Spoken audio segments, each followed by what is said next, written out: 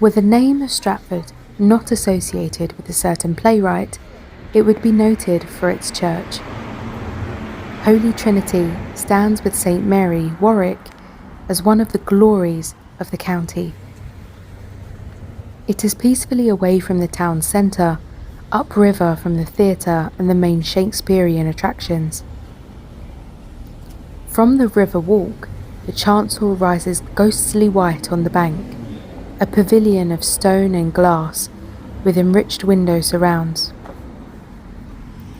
From the churchyard, the impression is different, of a solid early Gothic and decorated tower, an 18th century spire, and transepts with decorated windows.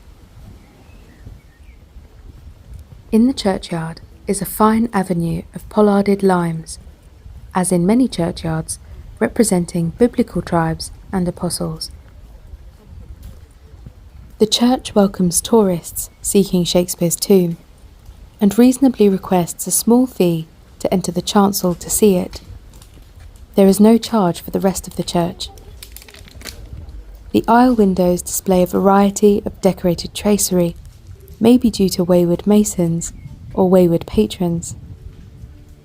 The south aisle is the more ornate, being the chapel of Stratford's College of St. Thomas. Its corbels include a monstrous bull. The college prospered in the 15th century and was responsible in 1480 for the rebuilding of the chancel and nave clerestory, hence the soaring nave superstructure of vertical panelling and 12 windows each side. The roof has bosses and the tie beams rest on little castellated corbels. The view east is given added drama by a Victorian coup de théâtre, the organ case by Bodley, above the crossing arch, carved with tracery and crockets, a tremendous Gothic flourish.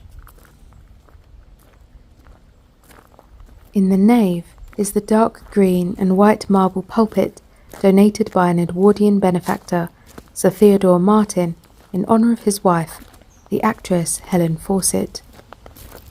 She is said to be depicted in the carving of St. Helena. Behind Tudor screens in the north aisle lies the Clopton Chapel. This was built for Hugh Clopton, who, like many medieval clothiers, grew rich, moved to the City of London, became Lord Mayor, and was buried there in 1496. His tomb chest therefore stands empty, and the chapel houses a number of his less eminent descendants.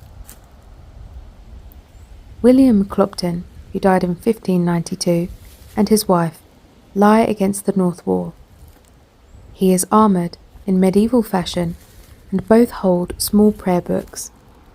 Behind are their children, those who died at birth, wrapped in swaddling clothes. The adjacent tomb of their son-in-law, George Carew, Earl of Totnes, who died in 1629, is a fine composition by Edward Marshall, chief mason to Charles II. Carew was master in ordnance for James I, and the emblems of his office decorate the chest. The guide reports this as the finest Renaissance tomb in Europe, a bold claim. Stratford's chancel weeps to the north. It is as glorious within as without. North and south walls are filled with transomed perpendicular windows, niches, and memorials. The roof angels hold shields of Warwickshire families. The niche statues on the east wall are supported on giant insects. Under the choir stalls, misericords include the popular depiction of a wife beating her husband, pulling his beard, and kicking his crotch, as well as a naked woman riding a stag.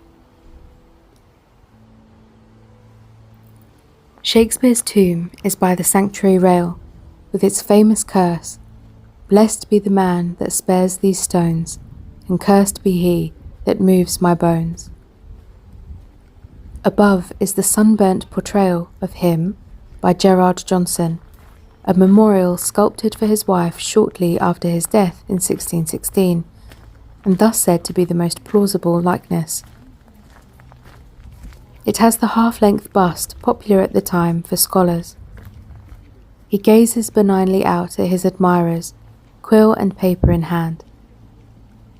Barely a line in the guidebook omits his name.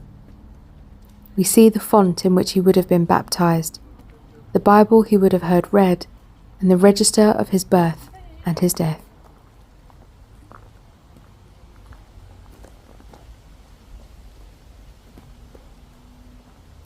Sorry, thank you. Sorry. You look stunning, by the way.